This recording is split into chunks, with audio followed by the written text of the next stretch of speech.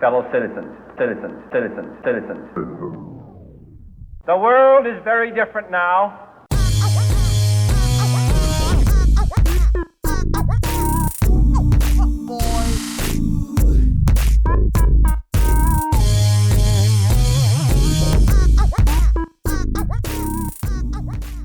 Welcome back. I'm Tyler, you're watching Scarfing Scarves, and welcome to the 76th installment of Last Week Lolita News. At the top of the segment, I am not okay, I am not going to be okay, and before we plumb the depths of the hideous swirling chaos that exists where my personality used to be, we turn towards Last Week Lolita News' next special segment. General news stuff returns next week. For now, we'll be focusing on the topic that would be better handled by someone whose self-image wasn't a death wish wrapped in fancy packaging, with the bow on top being a meandering sentence structure that turns any utterance into a linguistic hedge maze in the dark during Hurricane Katrina. Welcome to a subject I should have left well enough alone. It all started in Ruffle Chat Uncensored, and specifically with this image that I will show as little as possible, as looking at it instills a visceral kind of horror at becoming the subject. It nearly kickstarted an eating disorder I thought I'd finished with long ago, and it is essentially the reason I've spent the past several weeks grappling with the concept of self-worth, while what little I possess growls at me like a feral cat. An angry feral cat? The type of cat that you would take off the street out of the goodness of your own heart, only to find it hissing at you from atop your fridge after it went to the trouble of pissing in your shoe. It should be noted that this image was created with the intent of opening a dialogue about the effects of fat shaming in the EGL community. We are to identify with the tortured creature in the center, not the people mocking it on the sides. Many plus-size Lolitas professed feeling that the image spoke to their struggles, and all in all, it proved to be a rather productive thread, give or take this reporter's mounting sense of unholy panic. To get to the actual point, while you may not find the tangled pieces of my self-esteem to be of interest, it is necessary for you to understand exactly what lens I'm looking at this subject through before I subject you all to the concept of fat shaming as interpreted by a skinny, able-bodied white woman who by all outward appearances looks as healthy as a thoroughbred with the mental health of a Shetland pony. Which is to say bitey, remorseless, and appealing up until you get within range to lose a finger. In hopes of placing that digit back on the topic at hand, our first questions are simple. Why did this image invoke a visceral horror, the likes of which I would prefer to contend with while heavily sedated? How does fat shaming affect the Lolita community? And what, for the uninitiated, does fat shaming even mean? To answer the last question first, the Merriam-Webster Dictionary defines fat shaming as the, quote, act or practice of subjecting someone perceived as fat or overweight to criticism or mockery. The Cambridge Dictionary defines it as the act of criticizing or drawing attention to someone for being fat, making them feel embarrassed or ashamed. And the Macmillan Dictionary parses fat shaming as unkind and usually public criticism of someone for being overweight.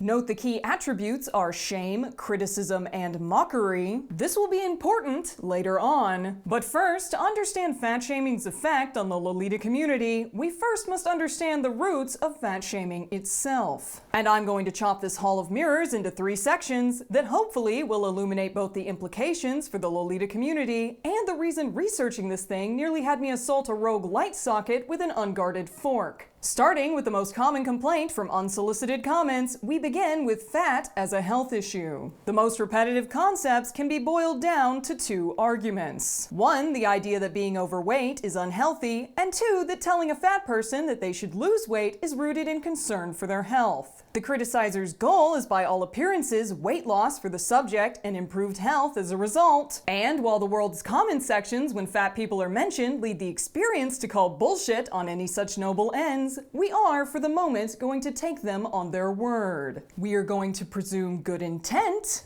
and we are going to ask the question, all feelings aside, does fat shaming work? The Canadian Medical Association Journal says no. And not only do they say it doesn't work, the feelings of shame elicited by unkind critiques of their bodies can actually cause subjects to gain more. Assistant professor in the Department of Health, Kinesiology, and Applied Physiology at Concordia University, Angela Alberta, was quoted saying, "You actually experience a form of stress from fat shaming that drops self-control and increases the risk of binge eating." And the article continues, continues to say that not only is weight gain a result, but the prolonged stress and raised cortisol levels from dealing with persistent fat shaming can cause or exacerbate, quote, depression, anxiety, low self-esteem, eating disorders, and exercise avoidance. A concept that ties in with a previous statement that fat people exposed to prolonged stress over their weight are, quote, more likely to gain weight, become obese, even if they were thin to begin with, and, quote, die from any cause regardless of their body mass index. I want you to stick a pin in the fact that the thin are not immune to this shit, because we are going to come back to that. But in the meantime, for the unconvinced, let's keep going. Does fat shaming work? Harvard Public Health magazine says that chronic stress brought on by fat shaming can, quote, lead to dysfunction across multiple body systems, and when the body's stress response is triggered too often, it, quote, disrupts the body's capacity to achieve stability, while going on to say that ongoing stress in daily life can lead to cellular wear and tear and increased risk of heart disease, type 2 diabetes, and death. An article in the BBC, helpfully titled, Does Fat Shaming Work?, quotes a professor of health and psychology at the University of Surrey, Jane Ogden, as saying explicitly that shaming is the wrong way forward, and all of the evidence is that fat shaming just makes people feel worse, it lowers self-esteem, it makes them feel depressed and anxious, and as a result, what they then do is self-destructive. This is followed swiftly by the BBC article noting that a study of behavioral scientists at University College London found rather than encouraging people to lose weight, fat shaming led people to put on more weight.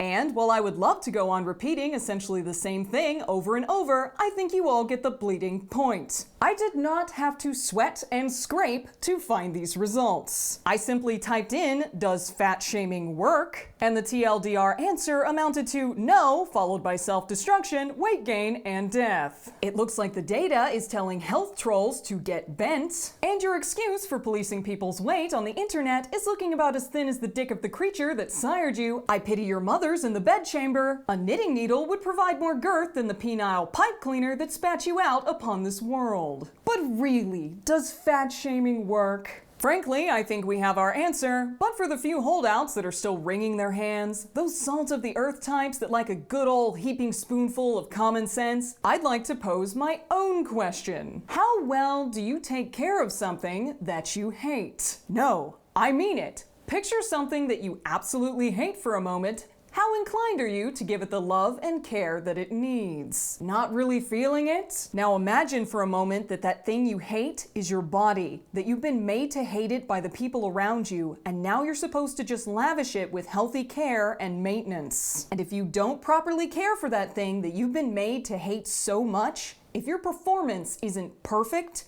you're going to be punished in public with mockery and disgust. In terms you cousin fuckers would understand, if you hate something, you're not going to take care of it. This is the opposite of your supposed goal of improving the subject's health, and it only gets worse from there. Returning to the Canadian Medical Association Journal, the health issues inflicted don't end at stress-based cellular wear and tear. Obesity Canada notes that more than 3 in 5 adults with obesity encounter weight bias from health professionals. A concept that essentially translates to any health problems they have will be ascribed to their weight, and the result is lower quality care as the doctors don't bother to consider anything else. I.e., any problem the patient has, the doctor assumes is due to them being fat. No looking into it, no proper health screening, and the result is paying an expensive medical professional to ignore you, dismiss symptoms, and do all the investigative research of a potted plant. Fat people are big, not blind. Can we all agree that what they need is proper medical care, not a torpid prick biscuit and a stethoscope taking one look at them before writing oink oink on their prescription? Congrats! It took you 4 years of medical school and 3 months of residency to recognize a fat person. I'll bet you were just the top of your class. What's next, genius? You going to tell us the Pope is Catholic, it's dark at midnight, and the reason you wanted to be a doctor in the first place was to make up for the crushing sense of inadequacy you feel every time you go to sleep at night, that will never abate because seeking out the trappings of success doesn't fill the hole inside that will fester and roil until the day you die? Returning to the point, the sources I've gathered are just a small pinch of boundless others stating that constantly picking at someone's body is not only counterproductive but actively harmful to their physical and mental health across the board. And now that we've cracked the case that was already cracked several times over by medical professionals, associated studies, and basic common sense from anyone with a pulse and 2 brain cells to rub together, let's take a look at the various reasons that fat people exist outside of the stereotypes of faulty self-control. Please note, this list is not to be some kind of get-out-of-jail-free card for fat people, because you do not need an excuse to be fat. But as far too many people still think that weight gain is calories in, calories out, and if demolishing that idea could save even one fat person from some shitty comment, I'm going to list every reason I found in hopes that some of them will stick. So in all seriousness, why are there fat people? Sure, it sounds like a question a 5-year-old would ask after seeing a spandex-clad mother of 6, but considering the mental accomplishments of your average comment section, we'll go along. The reasons people might be fat in this non-exhaustive list from WebMD include, but are not limited to, hyperthyroidism, depression, insomnia, menopause, Cushing's disease, polycystic ovarian syndrome, congestive heart failure, sleep apnea, edema, metabolic syndrome, diabetes, prescription of corticosteroids for asthma. Side note, many medications can cause weight gain, birth control, eating disorders, stress, slow metabolism, and other underlying health conditions that make exercise difficult to impossible. Also, some people are just fat. There's no need to point it out, the equivalent being if someone came up to you every day and told you that you looked like a horse. You wouldn't like it, so I suggest you clack those big teeth at someone else before someone saddles your ass up and rides away. While, and I repeat, no fat person should have to hold a fracking ailment card to be treated like a human being, the fact that so many people suffer from chronic illnesses means that the very idea that perceived health is some kind of de facto standard for treating someone well is particularly sickening. Many will never be able to achieve health no matter what they do, and as someone who has had to live with clinical depression since I was 13, I can't help but see similarities in the quick fixes and value judgment thrown at fat people to how people coping with depression are told their illness isn't real, you can snap out of it with enough willpower, and cast having it as a personal failing. You're just not trying hard enough is a common refrain, and for every fad diet forced in a fat person's direction, there is a similar new trick or method or treatment that an outsider thinks that a depressed person hasn't thought of, tried, or found ineffective already. The truth is, we've heard it all before. The same could be said for those with a whole host of other chronic illnesses, and while you think your little comment is just a helpful snippet to fix us, its actual impact is more often than not a type of value judgment on how we just aren't measuring up. The odds of you finding something in minutes that we didn't discover in decades is about as likely as a dog getting a law degree, and I would absolutely take on Mr. Skittles as my attorney before I would listen to a thrice-married multi-level marketer whose crowning achievement was selling grievously ugly yoga pants to people who wouldn't know taste if it humped them on the leg. But for those of you health warriors who are just convinced that someone simply being fat is an invitation for you to comment on their weight, if all the research in the world saying that said comment is likely to just make them fatter and ruin their mental and physical health doesn't stop you, it's safe to say that I don't see how showing you the myriad reasons why fat people exist will. Because maybe it's not about their health at all. Maybe this brings us to section 2, the real reason so many citizens are suddenly concerned for the health of people they would absolutely hit with a truck if they got between them and a Starbucks parking lot. Fat as an aesthetic sin. We are again going to be focusing on the experiences of women, because the intersection between sexism and fat shaming is where things get especially ugly. Women who have fallen short of society's standards for their appearance have always been ruthlessly penalized, and when you combine a public disgust for fat bodies with the perceived failure to perform idealized womanhood, you get a potent combination. First comes the denial of their humanity as they're described as cows, pigs, and whales. Second, their femininity, as softer terms such as graceful, delicate, or beautiful are replaced with ugly, slovenly, and waddling. Combine that with the opinion that fat people are all the result of their own gluttony, and what you get is a twistedly justifiable resentment. Put simply, if society says that being fat is unattractive and fat people are perceived as responsible for getting fat, then the same society will interpret that they have chosen to be unattractive. This allows a kind of justification to take place in then punishing or mocking a fat woman for choosing/allowing herself to become ugly. Moreover, it's a completely different unattractive from those the public would simply describe as unfortunate, because it's profoundly worse. While ugly women might be dismissed, ignored, or generally feel somewhat invisible, which is bad, fat women are pressed under the spotlight for ridicule, harassment, and in many cases are actively targeted for the harasser's entertainment. These women, by the very nature of their bodies, cannot go unnoticed, no matter how much they often might want to. Now, before you post 1,500 comments about how you were horrifically bullied in school for looking like Freddy Krueger canoodled a cactus and you came out the other side, and whine about how fat people don't have it so hard, let me stop you and put something in perspective. I know what you're talking about.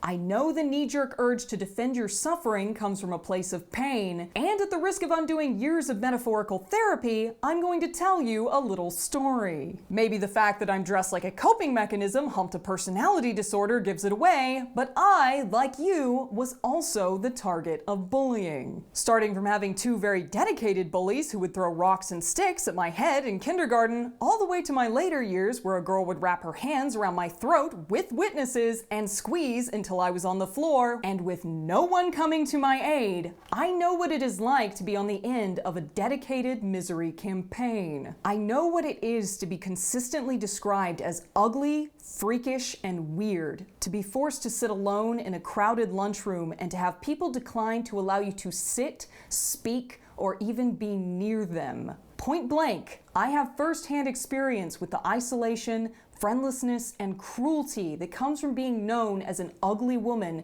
with the social standing of an ice cream sandwich. Let me tell you what I didn't know. I certainly didn't know what it was like to be the fat 9th grader who was nominated for our homecoming court as a school-wide joke at her expense. I didn't know what it was like to see the entire bleachers laughing as she stood in an ill-fitting gown next to her skinny, conventionally attractive peers. And I may have been a target for being perceived as ugly sometimes, but I was not humiliated on a public scale for the entertainment of the crowd. In summary, my suffering was personal, maybe 5-on-1 at worst, while hers was a spectator sport. And in today's globally connected world, that gymnasium full of snickering translates into worldwide opportunities to gawk, point, and laugh. And the social penalty for being plus size doesn't stop at the fat person themselves. It can spread over to the people they date. In other words, while ugly is and always will be relative, the near universal condemnation of fat means that when it comes to social capital, the deficit of being fat is actually transitive. To explain that in a way that doesn't make you want to beat me to death with an armchair psychologist, society commonly views dating a fat woman as taking a step down on the totem pole. For many, it may as well be like setting the totem pole on fire. And if you'll remember my comment about my social worth amounting to roughly that of an ice cream sandwich, society's evaluation of fat bodies essentially turns that into an ice cream sandwich that someone has sat on. It's common knowledge that men who date fat women can expect to catch blowback from their friends, are often presumed to be fetishists, and generally have their manhood questioned for so much as pointing their dick in the direction of anyone above a size 6. While conversely, dating a thin, pretty woman is to achieve congratulations, envy, and vaunted masculinity, which raises his social status among his peers. Dating a fat woman is likely to make him the object of jokes, have people wondering what he's into in the bedroom, and subtract from his perceived social status, to the point that it's almost as if just being near a fat person is socially contagious. Put bluntly, an ugly woman might draw comments on his unique taste, but a fat woman will have them wondering if he's into some weird, nasty shit. Granted, presuming that one has to have a fetish to be attracted to a fat person is a special type of horrible that really should come with immediate ejection into an airless void, but the spontaneous suffocation of idiots isn't likely to come anytime soon. And now that we've dipped into the social devaluation of women's bodies, it's time to turn to our third and final section for the evening, and the fuel that's powered an era of thin worship.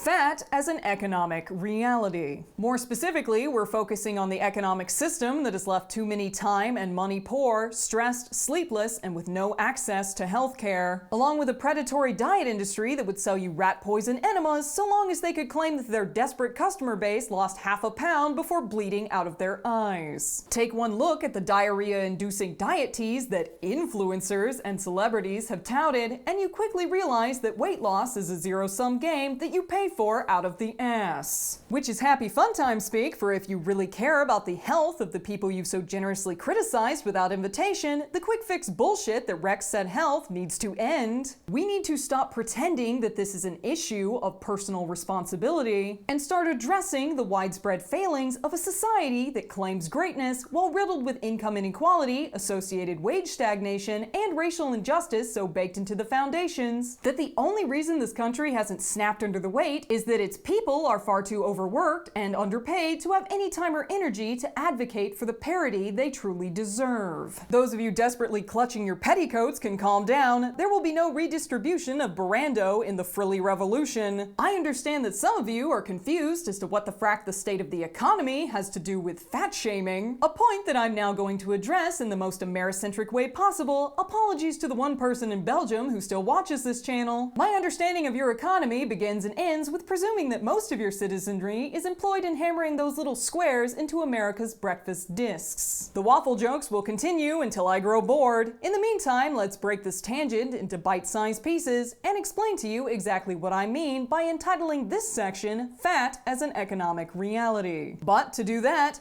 first, we must talk about pie. I want you to picture your favorite pie. I promise this will make sense in a second, and while this is a gross oversimplification, for ease of understanding, this pie is going to represent the collective wealth in the United States. I want you to mentally cut that pie into 10 pieces. And after you've managed that, I want you to imagine setting that pie down in a room of 100 people. If the distribution of this pie were handled like wealth in America, the 10 richest people in the room will devour about 7 pieces of that pie. 40 financially stable people will bicker over almost 3, and the 50 poorest people in that room will be left to fight tooth and nail for the one remaining crumb that isn't even large enough to be called a single bite. Would it take a very bored sadist to decide making 100 Americans go full Lord of the Flies over a 5th-tier dessert was a good idea? Yes, but it's also the most American thing ever, and I'm pretty sure simply speaking it into being means that it's already a reality TV show on TLC. Tune in next week for Bake It and Afraid, how the ruling elite have enshrined indentured servitude to this very day. Meanwhile, as American wealth can be understood as asset/pie ownership, let's take a look at how much people are earning using the same system. This time, the pie is money.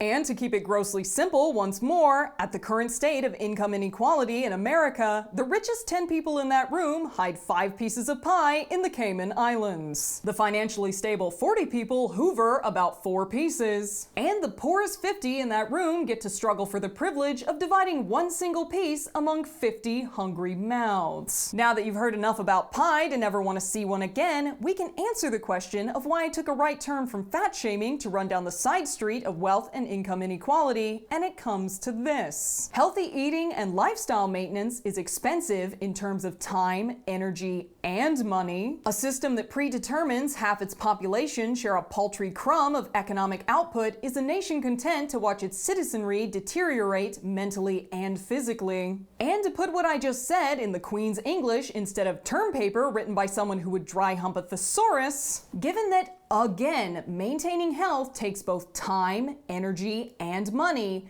having half the nation fight over a sliver of the economic pie means that massive numbers of people will not have the means necessary to take care of themselves. They are too concerned with survival to even consider thriving. The long, exhausting hours they work to make ends meet for meager pay leaves them with no time, energy, or money left over after their expenses. And that constant struggle, stress, and existential fear of losing what little specks they've managed to hold on to will mean that when their shift is over, it's all they can do to blunt the stress and fall asleep. And the cheapest options for relief lie in food, drugs, and drinks. Some are going to reach for the best mental health care that Ben & Jerry's can provide, and others are going to blunt their dread with substances that would likely carry mandatory minimums. Access to actual health care is meager or non-existent, and the health insurance available to the working poor often has deductibles so high, the end result is no access to health care at all. Conditions that could have been treated at their onset are left to fester, diabetics ration insulin, and generally speaking, if you're finding this segment of the installment a bit depressing, now is a good time to remind you that mental health services are essentially a pipe dream for this subset. They'd have a better chance of getting a blowjob from the DMV, having their license suspended for parking their dick in a non-porking zone, and successfully pleading sexual insanity in court than they would at having a licensed therapist properly financed by the state with any resulting medication covered. If you'll recall, the list of things that can make you fat was a mile long, and many of them are stress-related. I would say that it's fair to presume that being economically fucked is pretty goddamn stressful. And that, along with the lack of time, energy, or money, means that anyone who doesn't get fat under such pressure is either genetically unlikely to, or sacrifice several orphans to Satan, because no one survives on fracking ramen and spite for that long without looking like the poster child of a before and after campaign. In summary, being time poor regardless of income means that you don't have the time to cook nutritious meals or take care of your physical fitness. Being energy poor at the same time means that you're too exhausted to do either. And being money poor on top of that means that you are going to reach for the cheapest, quickest fare that you can eat before passing out after your shift, even though it has the nutritional equivalent of packing peanuts and is coated in enough preservatives to give your embalmer a sporting head start. Put another way, anyone who thinks someone who spends all day on their tired, aching feet for the wages of an indentured servant is about to go jogging is living in a fantasy land where the value of labor isn't stolen, hoarded, and then used to subjugate the very people who provide it. And this is the system that we're expecting people to come out of looking like Instagram models. The fit kind, mind you, not the girl from your hometown who sells yoga pants now. She was forced into an MLM after the second child didn't become the Gerber baby. She is to be blocked immediately before she crawls into your DMs to sell you a shake that will definitely end with gastrointestinal distress. I'd like to remind you again that the collective exhaustion, stress, and sleeplessness of this country is only magnified by meager or in many cases no access to even basic health care. And to shift the discussion to our final subset of fat as an economic reality, as the distribution of wealth and money in America directly affects its citizens' access to said health care, no larger percentage is more left out in the cold than Black Americans. Welcome to the subsection entitled Jesus Fuck, I Can't Believe It Got Worse. Those of you who have seen any video on this channel before knew this was coming, and in an effort to drag the lot of you kicking and screaming towards some shit you don't want to hear, the following is a non-exhaustive explanation of how fat shaming, sexism, and racism intersect because I felt like ruining your day. You've now entered the land of take everything we just learned about fat shaming, health, economics, and stress and multiply it by the power of entrenched racism. And we'll start with this chart that would have knocked my socks off if I didn't use sock glue, unlike the filthy peasants content to pull up their leg wear every other step. Catch up, Sparkle Tits. We're not spending the entire meetup waiting for you to hike up your OTKs like there's about to be a flood. And returning to the actual point, this chart details how roughly 4 out of 5 Black women in America are either overweight or obese. In 2018, they were a full 50% more likely to be obese than their white female counterparts. And in line with what we know about the ties between socioeconomic status and health, the 2018 US Census came back with roughly 1/5 of Black Americans living below the poverty line. Unlike white populations, the combination of racism and sexism make the line between money and health harder to draw. Meaning, something is happening to Black women that's not experienced by their white peers. And to understand what I'm talking about, in a study funded by a branch of the US Department of Health and Human Services entitled Racial and Gender Discrimination in the Stress Process,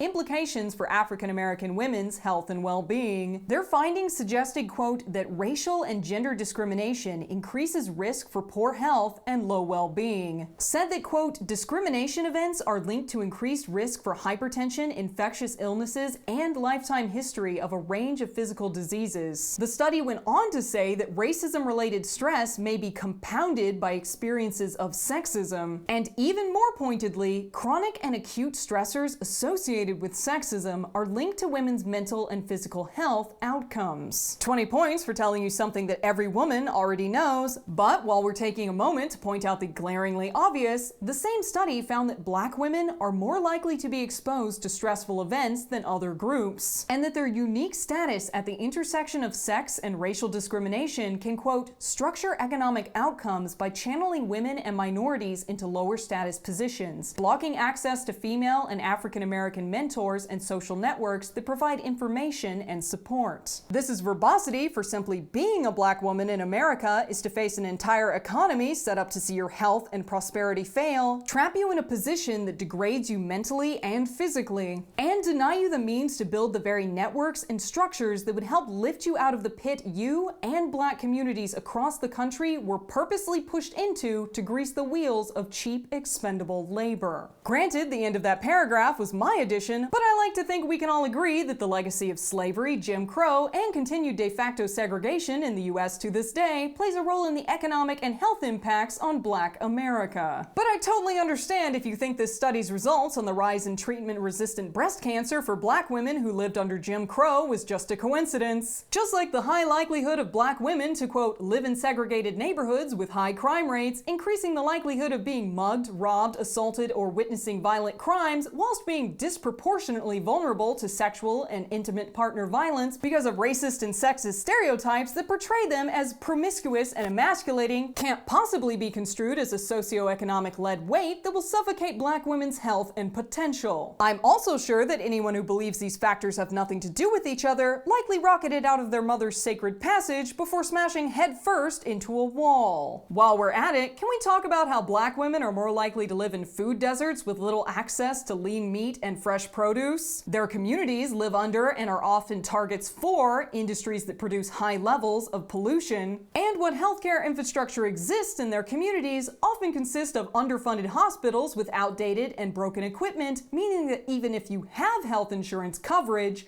Black women can expect to see their healthcare outcomes be worse than their white peers on nearly every level. The truly insidious nature of this intersection of sexism and racism is that it follows Black women across socioeconomic status, as seen in stories wherein an article detailed multiple women's experiences with the medical system. Women whose job titles included things like senior manager for primary care systems at the American Cancer Society. Women who, despite the obvious trappings of success and status, were still dismissed and subjected to low-quality healthcare, often forced to aggressively advocate for proper treatment or risk infection. Or, in one woman's case, a close call with mortality when her doctor dismissed her concerns over a lump that turned out to be stage 3 invasive ductal carcinoma. This is fancy speak for, had she let them dismiss her without fighting back, she'd be dead. This happened at her local hospital, and when the medical establishment isn't rendering levels of service that would never be tolerable towards people with less melanin, the more subtle touches of underfunded, outdated local hospitals can turn far more overt. As with comments made towards one PhD candidate for an elite university who experienced troubling heart concerns after giving birth, including a resulting enlarged heart, who upon requesting medical assistance and investigation was told by her doctor, "You should be happy your heart is back to normal size. The reality is you're a female Black, so you probably just have hypertension." I would like to take a moment to appreciate how what I assume to be a man just used an adjective like a noun, as if that's not entirely dehumanizing. This is comparable to other examples such as a gay, a trans, or a Chinese. And to use this doctor's terminology, the equivalent would be to describe him as an ugly, a crusty, and a should have kept his indecipherable gibberish to his signature. Zool knows half the medical establishment writes like they're being actively sodomized by an electric eel. Is that a prescription or a polygraph? Because the second is just as reliable as the racial understandings of a field that to this day operates operates under the presumption that black people do not feel pain the same way as whites. I'm not kidding! And the same article reports that when, quote, the University of Virginia investigated why so many black Americans are undertreated for pain, they found that a significant number of medical students and residents held wildly erroneous beliefs about biological differences between black and white people. Example, that black people's nerve endings are less sensitive or that their skin is literally thicker. These people got through medical school with the mental prowess of dish soap, and this is just a sliver of what black Americans are up against when it comes to healthcare. Meanwhile, we haven't even touched on the destruction of black families to fuel the prison industrial complex that leaves women left behind to care for and raise children on their own. Kids Count Data Center reported that 65% of black families were single parent in 2018, a fact that cannot be separated from the Sentencing Project's projections that 1 in 3 black men born in 2001 can expect to be imprisoned in their lifetime. How a system of, quote, sentencing policies, implicit racial bias, and socioeconomic inequity contributes to racial disparities at every level of the criminal justice system. How mandatory minimums, over-policing, and policies put in place to keep the for-profit prison system churning along is ripping fathers and husbands away from their families to this day. And black women are left to pick up the pieces in environments that are so caustic to their mental and physical health,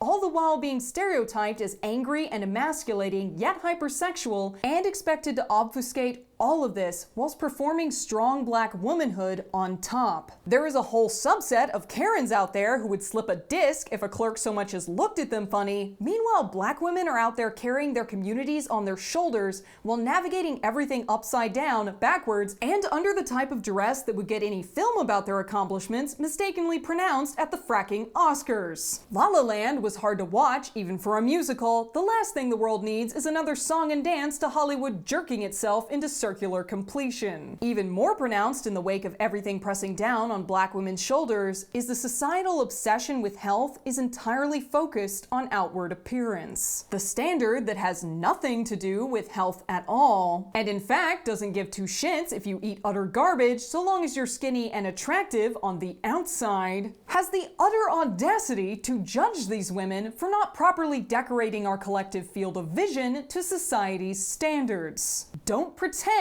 this is about health. It was never about health, because if it was, access to equitable healthcare would be a right, not a luxury. If this was about health, communities of color wouldn't be left to wither, their schools underfunded, their streets polluted for profits that will never touch their coffers. If this was about health, we wouldn't find it acceptable for entire segments of the population to live and work in circumstances that make them sick, shorten their life expectancy, and increase their chances for diseases born of stress, poor nutrition, and environmental hazards. If this was about health, we wouldn't be talking about fat shaming at all, because focusing on the individual is to let the system off the hook. To condemn the symptoms rather than the source, which is best summarized as entrenched income, healthcare, race, and gender inequality. This is diplomatic wording for the fat bodies you're so focused on do not owe you shit. Fat black bodies owe you even less, least of which performative weight loss that achieves nothing more than your visual comfort whilst actively harming their mental and physical health in the process. For all the whining over their health, one of the biggest health concerns for fat people remains those too blinded by misinformation, outright hostility, and excuses to work out their own inferiority complexes on bodies our society has deemed worthy of shame. Phrases like "just lose weight" should be viewed in the same way as "just stop being poor." And finally,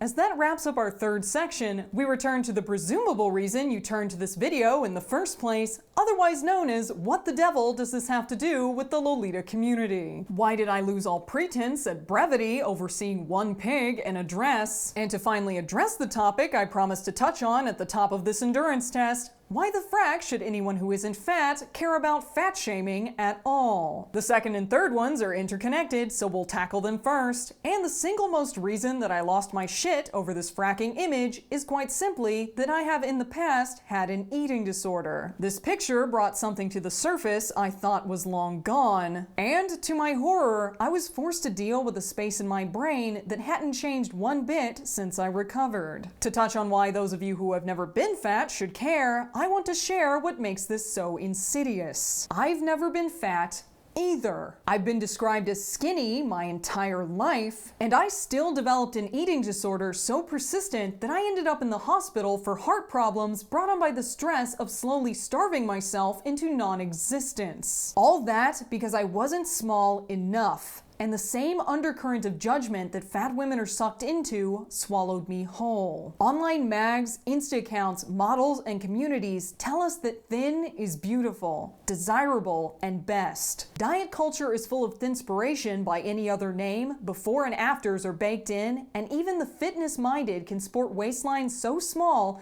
they'd be inconceivable to many without restricting calories to the extent of starvation. And swimming in all of that profoundly altered stimuli can convince your brain that this is normal, that this type of body is standard, and anything less is ugly, gross, massive, and wrong. What it amounts to is too many seeing their collective self-worth become razor thin based on what we see on a scale, what the measuring tape says, or how prominent their ribs can be. The accessibility of online spaces means that we're all swimming in these same polluted waters when it comes to body image and acceptance, and while these thought patterns might not make sense to anyone who isn't fat or had history with an eating disorder, the effects make themselves known in things as small as feeling bad about a few extra pounds, or that little lilt of panic when you take your shirt off and don't see the body you're expected to have. Bodies change a lot over time, and that feeling of distaste you harbor for fat people today is going to turn on you the moment you gain a few pounds, grow old, or suffer a sickness that makes your current lifestyle nigh impossible. Concisely speaking, your self-worth needs to be housed in something other than your weight, or you are in for a rude awakening when you roll up to the nursing home looking like Danny DeVito's left nut. To bring it back to this reporter's issues with eating disorders, it took me a long time and a lot of work to recover, assisted heavily by a home environment and a significant other who were supportive of said recovery. And that brings us to the ultimate point of this exercise. What in the French fried fuck does this have to do with Lolita? The answer is everything if you live in America or another Western country with a similar body composition average.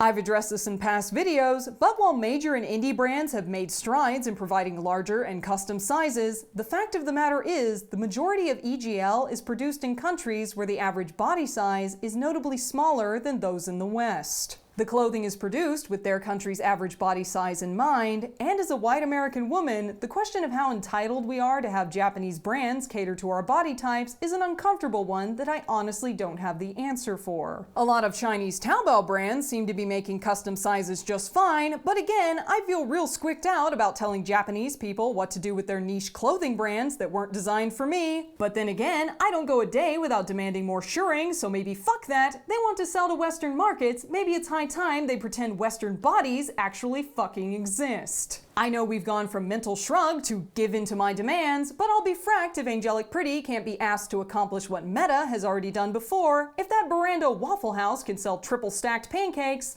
I expect the IHOP equivalent to stop bitching about the extra batter. What I know for certain is that while the Lolita community on the surface has made great strides in fat acceptance, due to size and body differences, the restrictive nature of Japanese fashion on Western bodies still nurtures a culture of weight loss and associated stress for those who are fat, tall, and or possess boobs that could be used in a water landing. These Lolitas are tasked with trying to fit things never designed with those Western bodies in mind, and while yes, there are options like alteration, custom sizes for some brands, or handmade, the forefront of this community is still populated by the major Japanese brands. Their sizing is generally limited, and many who enter this community will be presented with a lot of clothing that they will not fit. Those dismissing this concern may as well be screaming at someone with a dairy allergy allergy and an ice cream parlor that they can still eat the sprinkles, never mind that most of their field of vision is taken up by frozen cow juice, and they're going to have to verify that those sprinkles weren't processed in a factory that processes milk and nuts. Fat Lolitas have an especially tedious process to go through, and many brands don't seem to understand that increasing the bust allowance without even touching the sleeve circumference does not accessible make. This is perfectly fine if they're making dresses for Mermaid Man, but most fat women do in fact have fat arms. Shocking, unexpected, get me the New York Times, I've discovered the secret. And this isn't even beginning to throw in all the time and effort a plus-size Lolita will have to dedicate on finding blouses, socks, and petticoats that will fit properly. And all in all, they're looking at a lot more research, trial, and error than someone like myself, who, despite being sized out of OPs because I'm fracking tall,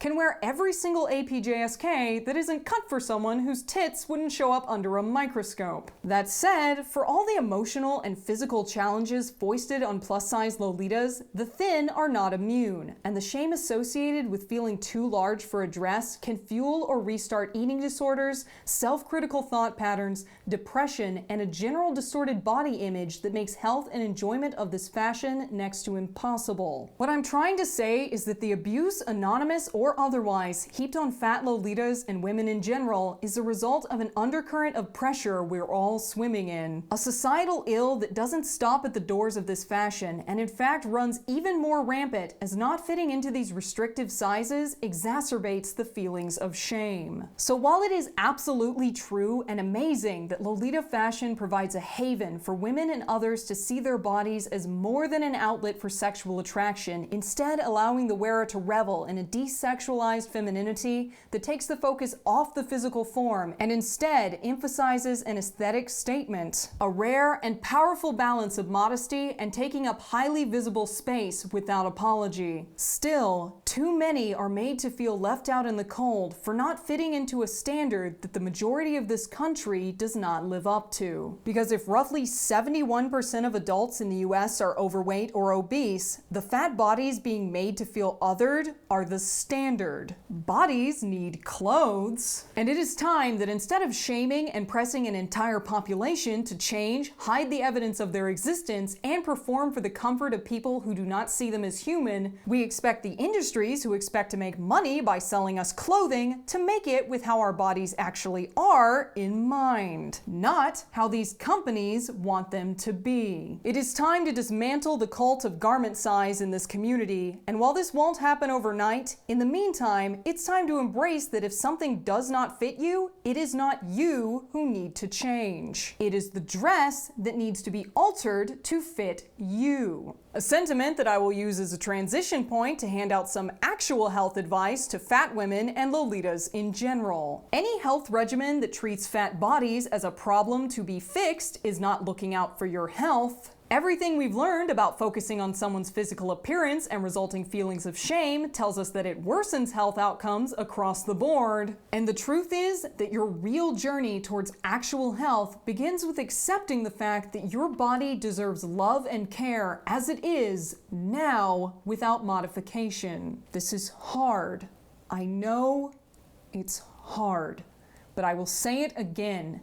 Health is not weight loss. Caring for your health is not hating your body skinny, and it is going to take tackling some deeply rooted bullshit to even begin treating yourself with a smidgen of actual care. If that kind of self-compassion is out of reach, avoid value statements and begin with the fact that this body of yours gets you from place to place. This body of yours pets cute cats, embraces your family and friends, and stands as an example for other bodies like yours to enjoy and wear the fashion. You're setting an example for more people than you will ever know. And while the road to caring for one's health can be as individual as the person, everything we know about the subject says that it's clear that the first step is recognizing that your body is something worth caring for, completely, unreservedly, and without shame. It's time the world made space for you. Instead of you trying to fit into an outdated mold built off ignoring the buttresses of rationed healthcare, sexism, and economic inequality, with a healthy dose of racism pounded so deep into the infrastructure, the only way to fix the system is to burn it to the ground. Fat people are here to stay. They require no excuses for existing just as they are, and the sooner we build a society that provides for the health and security of all its members, instead of picking a single snowflake as a scapegoat in the middle of an avalanche, the sooner we can accept and care for our fellow human beings like we actually evolved from intelligent life forms. I would like to run into less people that appear to have emerged from semi-sentient goo. And that's all the time we have for tonight. This has been Tyler, you've been watching Scarfing Scarves, and before you stagger into your liquor cabinet to root out whatever brain cells didn't commit seppuku listening to me talk, I'd like to thank my patrons for being the reasons I could go through several stages of psychosis to put this on screen. And should you like to join their Dark Legion for reasons I would never understand, you can head over to patreon.com/lastweeklolitanews for more content that shouldn't be posted anywhere ever for any reason at all. Thanks again, guys, and I'll catch you next time. I'm sitting on a petticoat up in here and it is riding up into the hoosegow.